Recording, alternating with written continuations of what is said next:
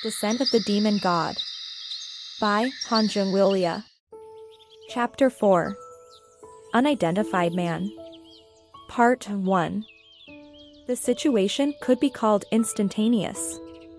At first, the civilians who were watching from a fairly narrow street moved back when the guns were fired. People retreated to a safe distance to watch. He took 2 police officers hostage? Doesn't that make him a major criminal? The public security officers were a symbol of the Chinese government. And Chun Yo-won, who was threatening the Public Security Bureau, felt like an evil villain to the citizens. Everyone watched while holding their breaths. What should we do, team leader? Won't the team leader be in danger now? The worried voices of the snipers could be heard through the earpiece. Damn it! Hold fire for now. So Pyong, the second-in-command for the 2nd Mobile Strike Team, was at a loss for what had to be done. No one ever imagined that their leader would be taken hostage. 30 snipers were all aiming for one man with 40 men around him. Strike Team. Keep a distance of at least 50 meters. At the command of So Pyong, the strike team on the ground stepped backwards. It was impossible to let themselves get caught like the team leader. This isn't our jurisdiction. We should have called for the 5th strike team.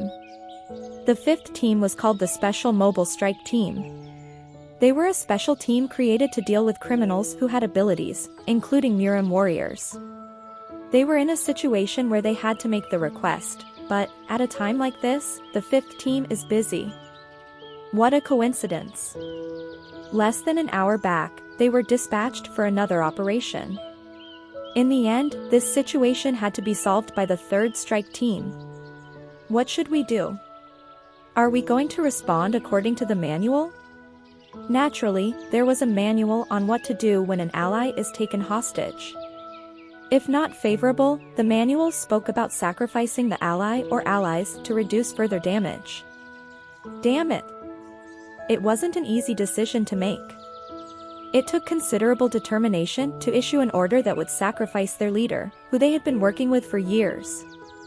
Leader.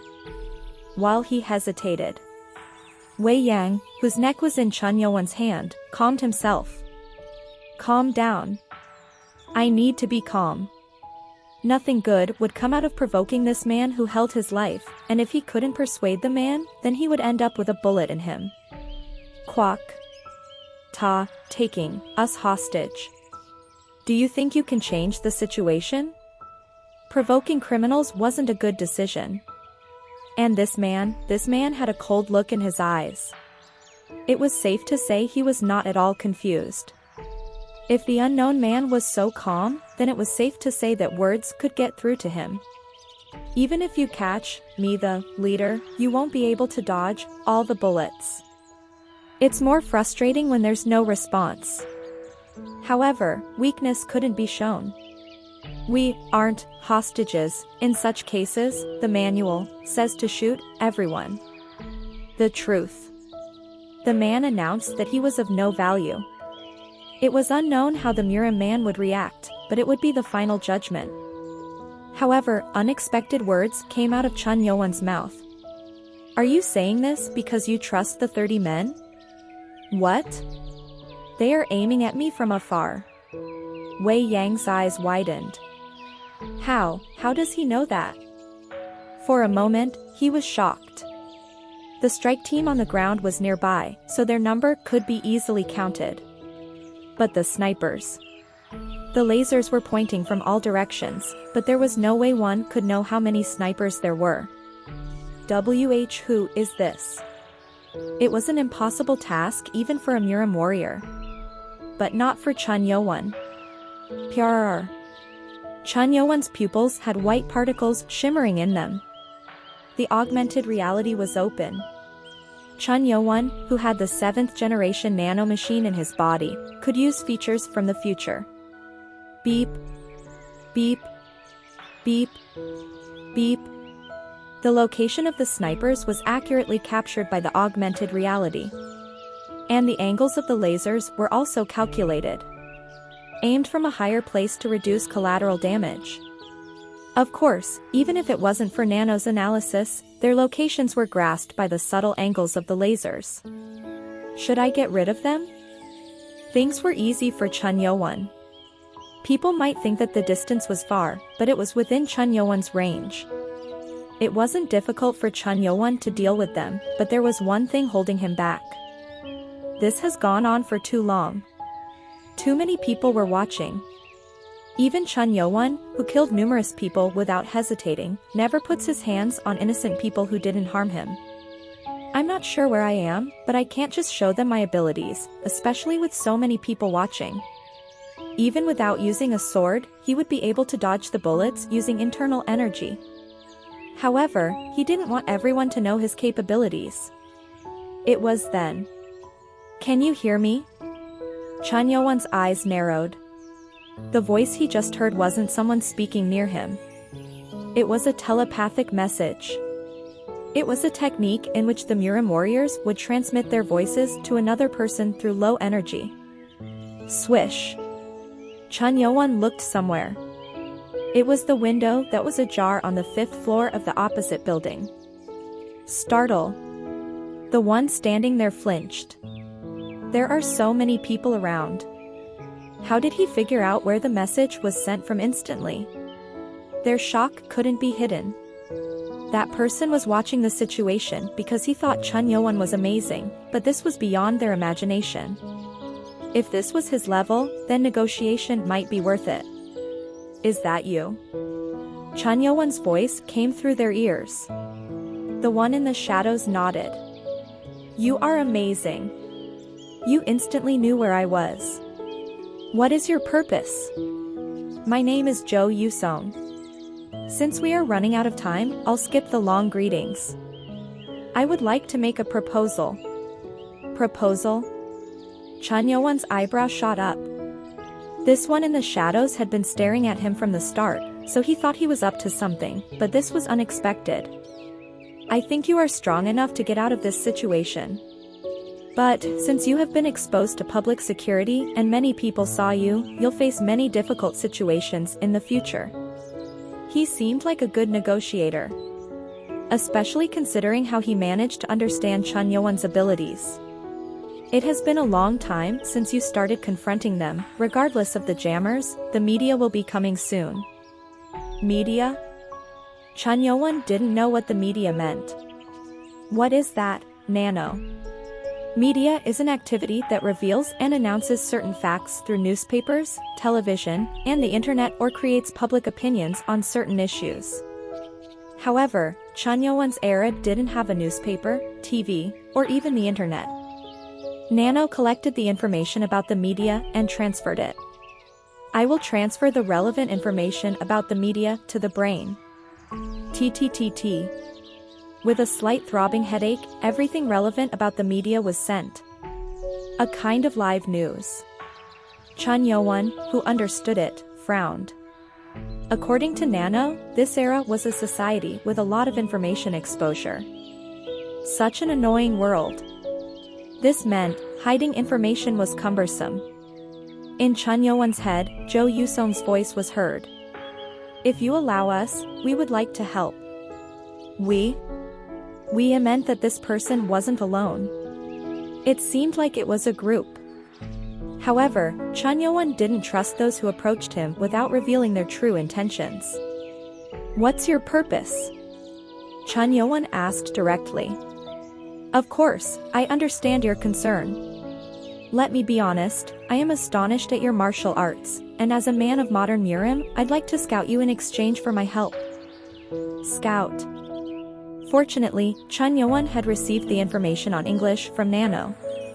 So, he knew scout meant recruiting people. And if I refuse? Jo Yusong frowned at Chun Yo-won's strong words. He waited until the last moment to make an appearance, and he was sure that Chun Yo-won would accept his help. But this was unexpected. But this man was a veteran who made dozens of negotiations. I'm not asking you to make a decision right now. How do you feel about meeting my boss and discussing the matter? A polite next suggestion. At least this was a matter worth considering. If he's this strong, then it's worth bringing him back at a later time too. This man was drunk after seeing Chun Yo-won in action. If Chun Yo-won refused to do that too, there was really nothing he could do, so he looked at Chun Yo-won with tense eyes. Chun Yo-won was worried. There were several ways he could prevent the situation. The extreme ways to deal with the people, starting with invisible mode. However, he was exposed, and if he used that, it would become troublesome. Thinking, Chun Yo-won sent a message. "How do you plan on helping?" Jo Yusong smiled. "Nice. The first step to a successful scout." With a satisfied face, Jo Yusong sent a message about the help to Chun Yo-won. But Chun Yo-won's expression was a bit subtle as he heard it. On the other hand, Wei Yang, who was being held by the neck, made a decision after much deliberation. There were a lot of people watching. If he thought about his own life, then it would cause distrust among the civilians. Cautiously, Wei Yang sent a hand signal to So Pyong. "Leader." The eyes of the second-in-command went wide. It was a signal which meant to stop worrying and shoot. Even if the unknown man knew how many snipers there were, he would get hit if 30 bullets were shot at the same time. "Leader. I will never forget your sacrifice. You are the real pride of the Public Security Bureau." So Pyong, who looked with teary eyes, made the decision.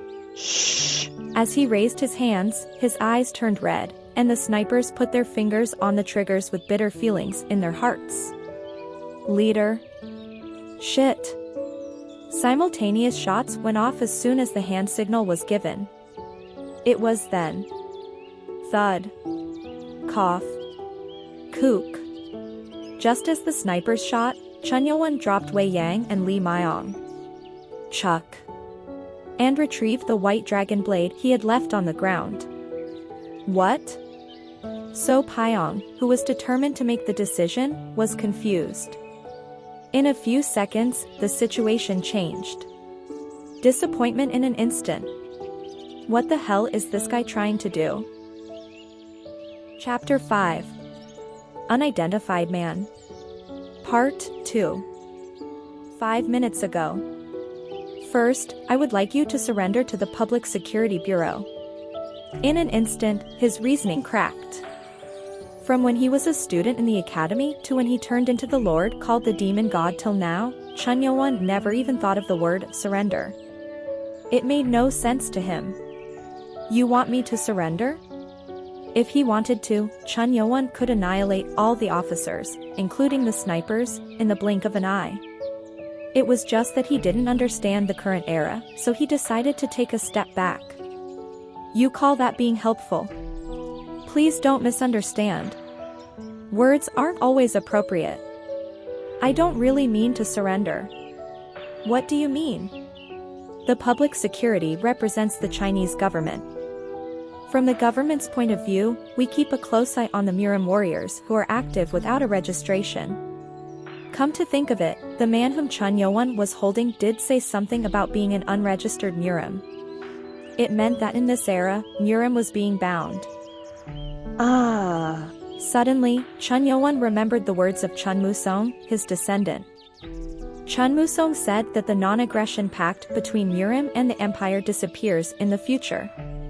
The future the descendant came from was hundreds of years later, and Chun Yo-won wasn't that aware of the future. I'm stuck. Did Murim regress? As of now, he couldn't figure anything out. So far, he only found 2 traces of the Murim. Of course, Chun Yo-won wasn't the kind to make hasty judgments based on that. I'm just saying, it seems like you are not registered, am I right?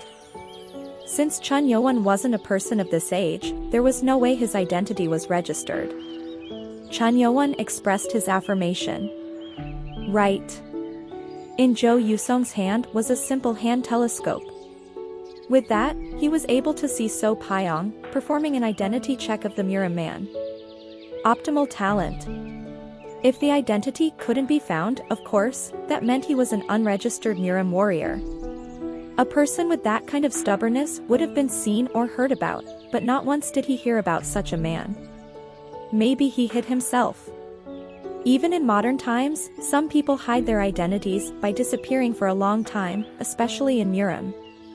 Jo Yusong was convinced that Chun Yo-won was such a person. Rather than surrender, I want you to think of it as waiting while cooperating with the Public Security Bureau. To avoid friction. Right. If you continue to confront each other in a situation with too much attention, it will only worsen. Which is why I'm asking you to pretend to cooperate with public security for a while. We need time to prepare. They had to prepare him an identity. It wasn't sure how it would help, but in the current situation, the only option Chun Yo-won had was to use force. How long do I have to wait? At Chun Yo-won's question, Jo Yusong answered. We will solve it within 24 hours. 24 hours? Chun Yo-won was puzzled, for which Nano helped him.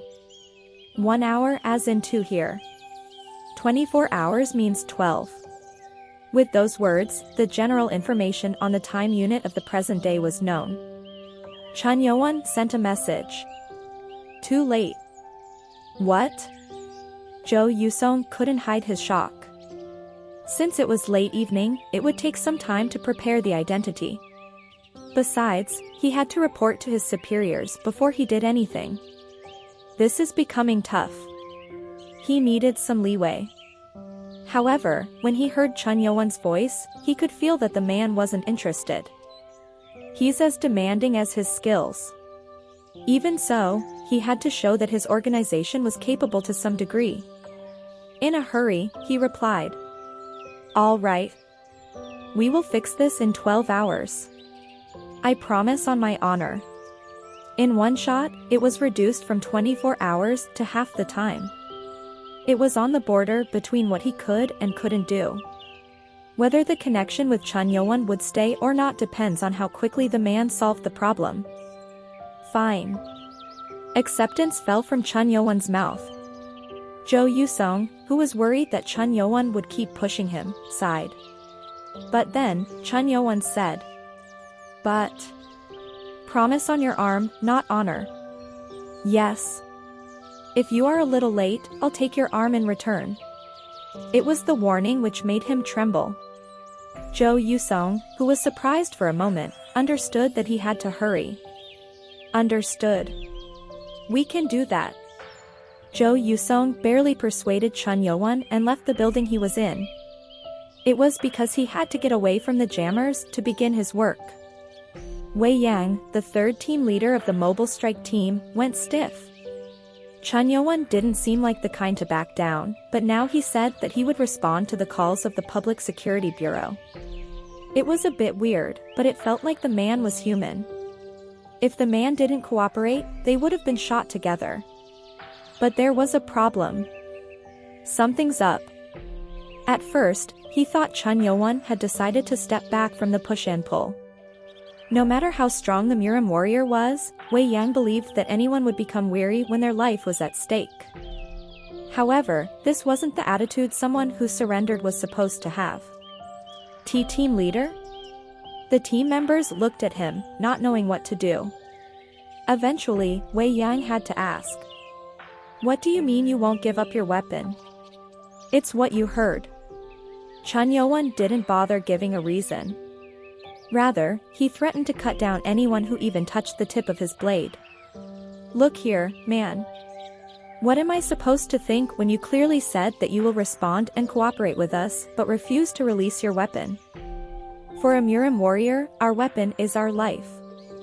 Isn't that common sense? Common sense?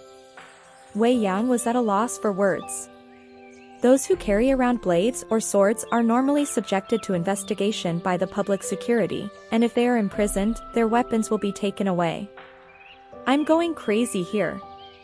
And the clothes which can be seen in the old martial arts historical dramas. Ha! It isn't like he's someone from the past who fell into the modern world with some time machine. Shockingly, that was accurate. However, time machines didn't exist in this era. Wei Yang glanced around. Whoa. Civilians who thought the case had been resolved came over and cheered. They were all cheering for the public security. Damn it.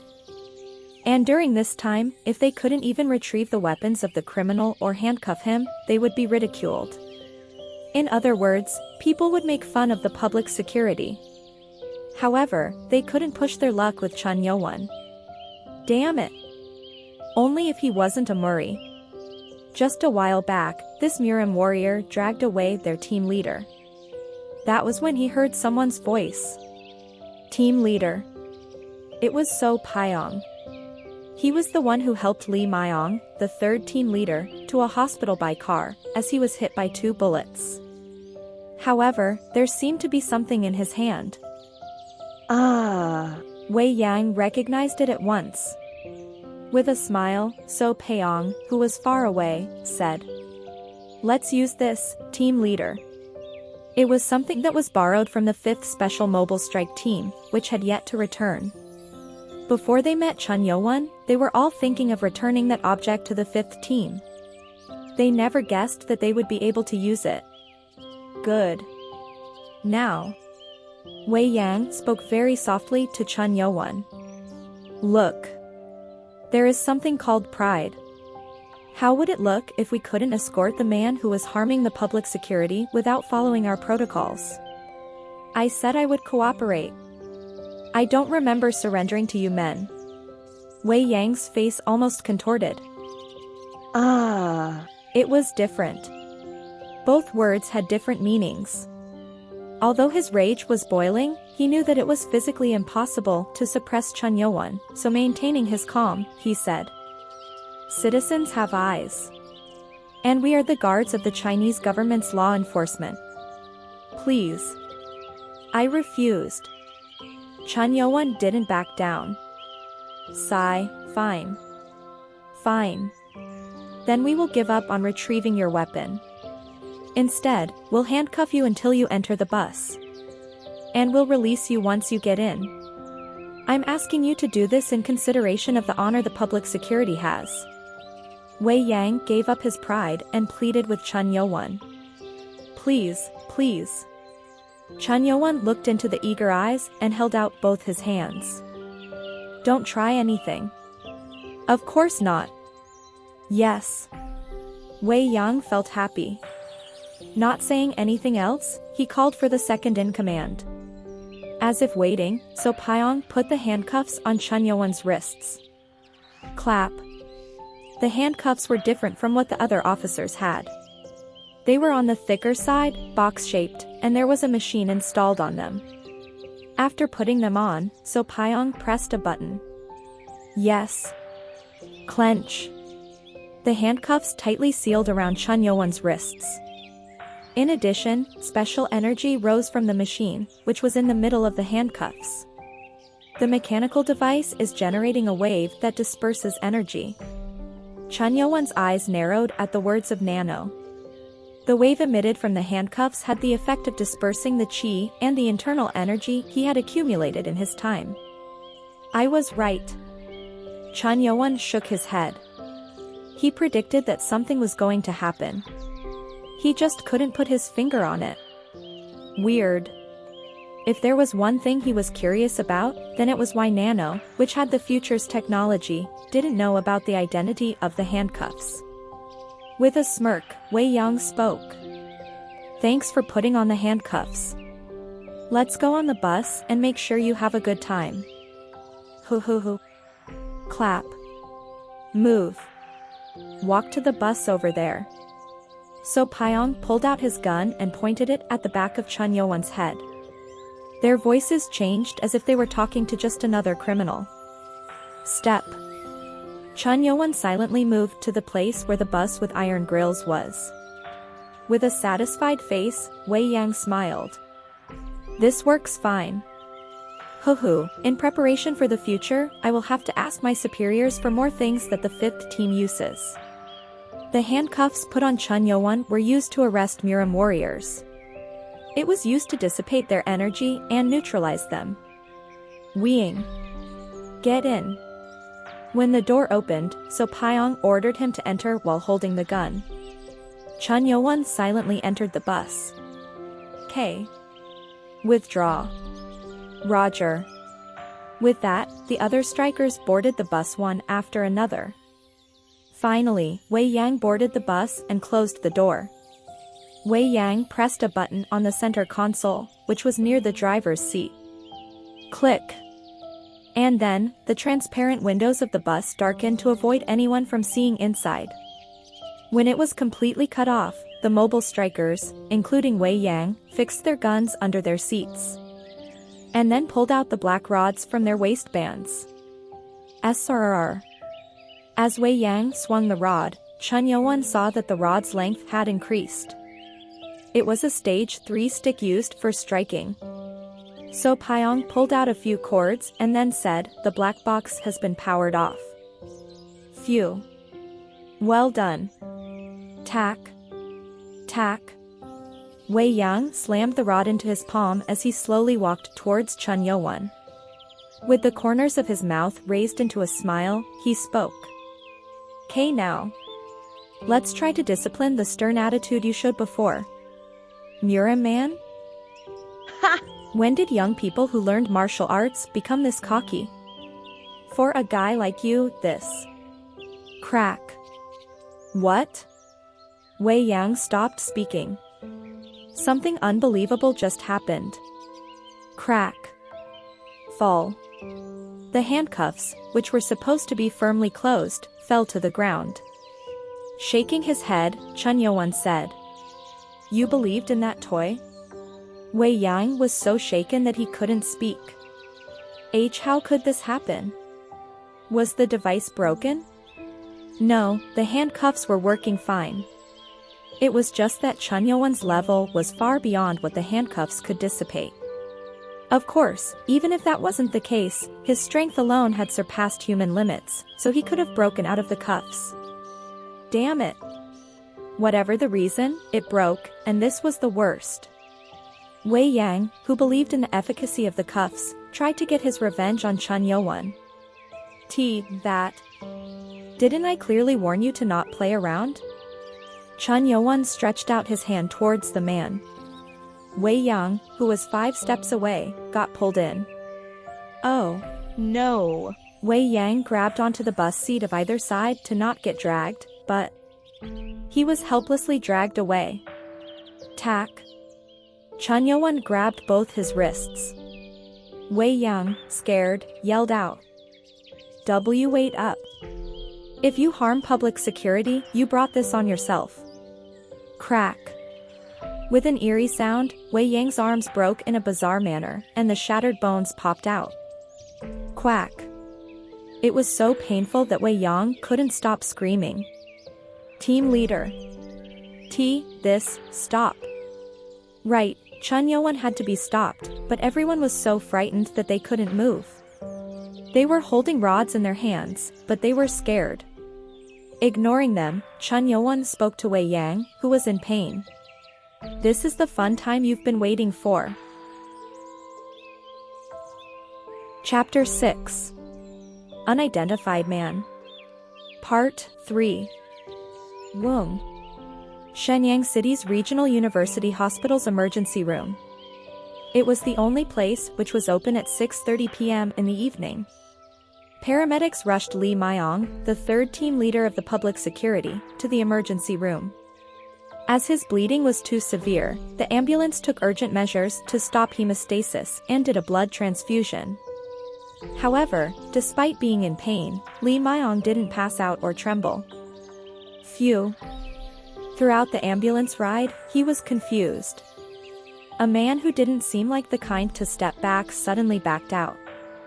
Like, something was happening. Tatak.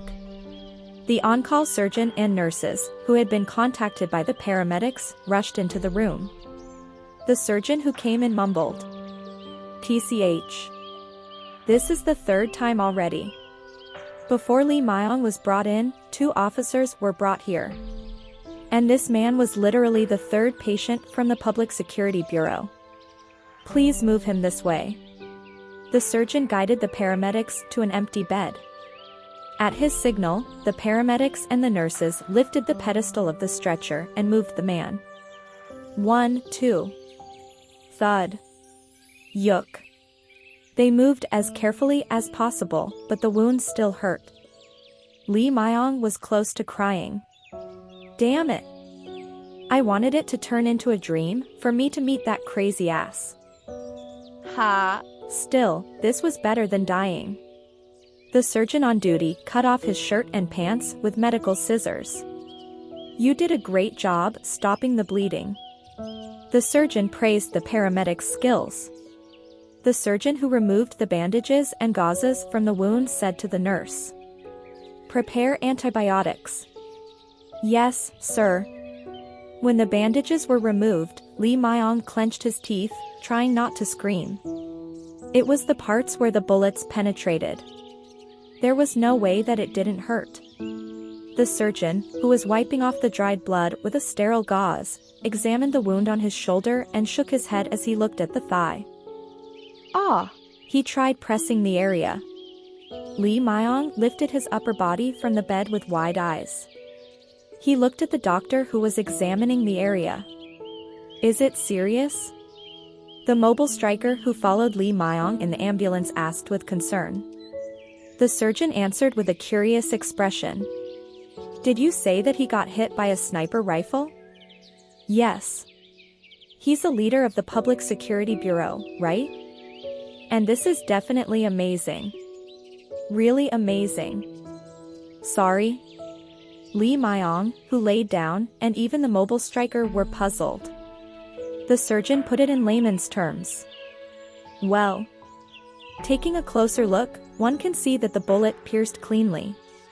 The shoulder and the thigh, the bullet went through flesh and no bones. The surgeon pressed the thigh to check the damage to the bone. After the test, I will follow our procedures and check for any infection near the wounds. You will have to receive treatment, but you can be discharged in about a week. It's better to start with desk work. At the words of the surgeon, Lee Myong was shocked. Despite how much the medical field has changed, he expected to stay hospitalized for several weeks due to muscle or bone damage. What shit? He was attacked by the Murim warrior in old clothes. But according to the doctor's words, he wasn't just used as a human shield, but the man made sure that Lee Myong received as little damage as possible. Is this really possible? It was such an amazing ability that was unbelievable for even a Murim warrior to have. And then the emergency room phone rang. Beep. Beep. Beep. The nurse near the desk moved. Yes. This is the... Maybe it was a direct line inside the hospital. The nurse, who had been listening to the call with a serious expression, spoke. Sir. 10 emergency patients from public security are being escorted in. At those words, Lee Myong and the other mobile striker turned towards the nurse. The surgeon frowned as he asked. More from public security? Within an hour, patients from public security kept coming in. And this time, the number was 10. This meant that a team was injured. The mobile striker cautiously asked the nurse who answered the call. Do you know which unit is coming? I remember it being the 2nd Mobile Strike Team. I don't think there's much time difference, coworkers? Yes? At the nurse's words, Lee Myong was shocked. The news was a shock to these two, who thought that the Murim warrior was successfully caught. What the hell happened? 8:30 in the evening. A black sedan headed towards the Shenyang City Public Security Bureau. A middle-aged bearded man sat with his legs crossed in the back seat of the car. He was Ho Il-kyung, the deputy director of the Shenyang City Public Security Bureau. He's someone who could be called the second in command. But on the way to the Public Security Bureau, he was constantly complaining. I don't get it. How can a person be so stupid? It's clear that I have an important appointment today. I need to be flexible enough to do my own work, but those who work below me need my presence. What is he saying, and what is he doing? Working? Is staying with a young woman over your lovely wife at home called working? This guy is the deputy director of public security. TCH. The driver thought to himself. As a salaried worker, he couldn't voice his true feelings. Rather, he smiled and said, "That's right. Deputy director, it must be horrible going to work at this time." The driver's job would only stay if he knew his place. But the man had a temper. With a weird smile, Deputy Director Ho Il-kyung responded. "Are you stupid? How could they call in someone who just left work? It's because of those bastards that men like you are able to keep their bloody driver jobs. This dog. How should I match his flow?" In an instant, the driver swore. Finally, they managed to arrive at the office. Shenyang City Public Security Bureau. The bureau had 3 buildings. On the left was the Transportation Department. In the middle was the Public Security, made up of powerful teams and various departments. And the building on the right was where the Special Ability Division and Mobile Strike teams were deployed from. TAC. Maybe they were waiting in advance. A man in his early 40s in front of the building came down the stairs. It was Song Wei-kong, the head of the Violent Crimes Division. Looking through the glass, Ho Il-kyung mumbled. "This isn't some simple greeting. TCH. If he passed the examination, which will be held in a while, he could get promoted to director. Unless something happened. Click. Respect." Perhaps it was a familiar act. Sun Wei-kong, the head of the Violent Crimes, opened the back seat door and saluted. As soon as he got out of the car, Ho Il-kyung's face changed. "Right. What kind of a madman brought us all together?" he asked with a smile. As soon as the door was closed, the driver stuck out his tongue and raised his middle finger. While riding the elevator going down to the 5th basement of the Public Security Bureau, Song Wei-kong gave a rough report. To that, Ho Il-kyung asked. "What? What the hell is that? You're saying that he threw 10 people, including the team leader who were in the task force bus?" According to the surgeon in charge of the emergency room, the regenerative treatment is possible with surgery to the fractured bones, so it might take 3 weeks. The year 2047 had a breakthrough in treatments. A regenerative treatment developed in Germany, a technology that accelerated recovery on a cell-by-cell basis. It was a popularized technology. Internal and external injuries could be healed in a fortnight, unless it was some genetic disease. And they let go of such a man who was capable of doing that? The man shook his head and spoke. Because he was a Murim warrior, they couldn't even touch him. Even if they wanted to, 2 team leaders and 1 unit got injured. Song Wei-kong had witnessed it. For the Murim man to wave his hand and make people fly. No one could touch him. Maybe the team is made up of idiots. TCH.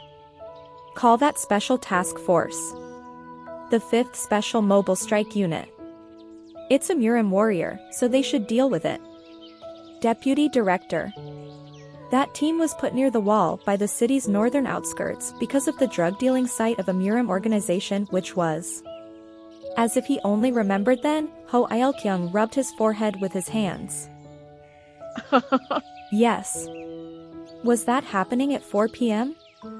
Shouldn't they have sorted it out by now and come back? I was on the radio, but they are still arresting the criminals and returning. Then, the deputy director smiled. The media had been making a lot of noise about the drugs, calling it some significant achievement. Nice. That's a good thing. It would have been really good if their plan wasn't happening now. With a stiff expression, the deputy director asked. Where the hell did that crazy bastard come from? What the hell is going on? That. What? Spill it. We couldn't confirm his affiliation because his identity wasn't registered. Deputy Director Ho Il-kyung frowned at the words of Song Wei-kung. Unregistered? During his time as Deputy Director, he never once came across an unregistered Murim warrior. He did hear from time to time that such things happened in other cities, but it never happened under his jurisdiction. He hasn't said anything? He has exercised his right to remain silent ever since he came here. Huh? Even dogs and cows are being given the right to remain silent. That man is supposed to have fallen from a fairly high place, but isn't something suspicious? Is it related to them? He wasn't referring to any group which committed crimes like the forces of evil. Among the Murim organizations, there was quite a large organization working. It was tough to touch their bases, even for the Public Security Bureau. This is getting worse and worse. Anyway, the guy was brought in, but they didn't know anything, not even his name. At first, we ran a fingerprint search and an iris recognition scan, but nothing matched. Finally, we called for a blood test. We called Dr. Cho from the medical side. The interrogation room has been prepared for the test and questioning just before the deputy director arrived. TCH, let's go there and see. They headed for the interrogation room after talking in front of the elevator on the 5th basement floor. The place where the man was kept was the 4th interrogation room. They entered the room, which was next to the interrogation room. Salute. Inside, a short-haired woman and a large man got up and saluted. They were detectives belonging to the 3rd team of the Violent Crimes Division. Quiet. Deputy Director Ho Il-kyung raised his finger to his mouth and made a gesture for them to stay silent. This was a room connected to the interrogation room. It was an observation room which no one could see into, as it had specially treated glass. The ones in this room could see the interrogation room, but not the other way around. There was only one table in the interrogation room, and a young man with long hair and a pure white face was seated at it. He was Chun Yo-won. I'm only going to draw a little blood for identification. No harm is being done. The voice inside the room could be heard through the speaker in the observation room. In the interrogation room, Cho Sejong, a public security medical team member, held a blood sampling syringe and tried persuading Chun Yo-won. Is he the one? Yes. He really looks like someone out of a historical drama. Did you at least retrieve his weapon? We apologize. Despite what he wore, it pissed off the deputy director that his weapon couldn't be taken away. Ho Il-kyung approached the glass and took a look. Startle. Chun Yo-won, who had been sitting still, suddenly looked at him. All that Chun Yo-won could see was the mirror, so how could he look exactly where this man was standing? He asked Song Wei-kung, who was behind him. He can't see us, right? It wouldn't be possible even if he tried.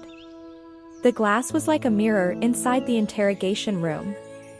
Maybe I was mistaken?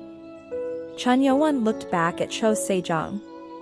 Ho Il-kyung thought that it was a coincidence and looked at him again. Is the blood not drawn yet? We tried to, but he keeps thinking we are trying to harm him. Answered the female detective behind him. Suddenly, Chun Yo-won held out his arm and said, "Try taking it if you can." Hearing those words from the speaker, Ho Il-kyung shook his head. Is that man mental? Cho Sejong of the medical unit sighed in the room and picked up the syringe. Then, a rubber tube was wrapped around Chun Yo-won's right wrist. Relax your arm. It will sting a little. Cho Sejong tried to insert the needle into Chun Yo-won's vein. However, crack. Instead of piercing the flesh, the syringe needle broke. Cho Sejong, who was pretty experienced, wasn't the kind to make mistakes. He changed the needle. Then he asked Chun Yo-won. You can't flex your arm. Relax. I didn't do that. Phew, understood. Anyway, don't flex. Your veins will hurt. Cho Sejong checked if Chun Yo-won was clenching his fist or not. After confirming that he wasn't, He once again moved the needle towards the vein. Crack. When the needle broke, Sejong realized that it wasn't a mistake. The needle broke as if it hit a strong object. Whose flesh is this hard? The needle can go in as long as it stabs the right place, no matter how thick and strong the muscles are. Sejong, who realized that, tried to replace the needle. Clench. Hook. What's this? Chun Yo-won grabbed the man's arm. In a low voice, he spoke to the one who was bewildered. Isn't it enough that I gave you 2 chances? Let me go. With pain and fear that his wrist would break, Sejong screamed. That was the signal for the detectives in the observation room to come and help. Damn it! The 2 detectives in the other room panicked and tried to run. However, looking through the glass, as if he could see who was all there, Chun Yo-won spoke. Try doing something useless, and I break this man's wrist. The faces of the detectives in the observation room went stiff. They felt like Chun Yo-won was looking at them but discarded it as some coincidence. Tack. Chun Yo-won got up from his seat. Ouch. My hand. Sejong complained as he was in pain, but it was ignored by Chun Yo-won, who moved closer to the glass while dragging the man. Huh? The place he went was where the deputy director was standing. He was looking more precisely than before, making the deputy director turn as stiff as a stone. Chun Yo-won said, "You seem to be in a higher position than the others." Gasp. Ho Il-kyung, who was frightened by the voice he heard through the speakers, unknowingly took a step back.